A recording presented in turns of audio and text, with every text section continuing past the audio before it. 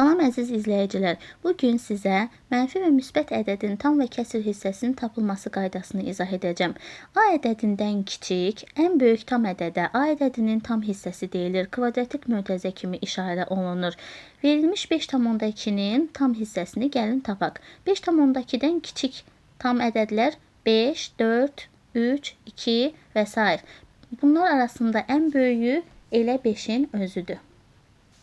Mənfi 3,6-dan kiçik tam ədədlər mənfi 4, mənfi 5, mənfi 6-dır.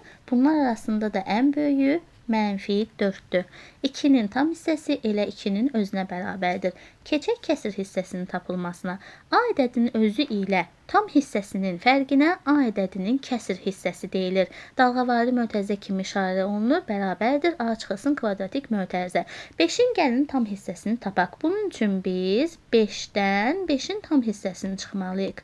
O da bərabərdir. 5 çıxılsın 5-in tam hissəsi elə özünə bərabərdir. 5-dən də 5-in çıxanda cavab 0. Mənfi 4,2-nin kəsr hissəsini tapaq. Mənfi 4,2 çıxılsın, mənfi 4,2-nin tam hissəsi.